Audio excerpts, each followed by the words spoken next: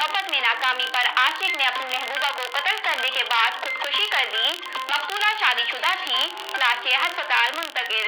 हसन अब्दाल थाना सदर की हुदूद शाहिया गांव में जुल्फिकार नामी शख्स ने मोहब्बत में नाकामी पर अपनी महबूबा को पिस्टल के फायर मारकर कत्ल करने के बाद खुदकुशी कर ली। मकतूला की शादी को 5 साल हो चुके हैं और एक बच्चे की मां थी। दोनों का ताल्लुक एक ही खानदान से था। मकतूल जुल्फिकार मिसबात रिफत शाहीन से मोहब्बत करता था। दिलबर्दाश्ता होकर कत्ल करने के बाद खुदकुशी कर दी।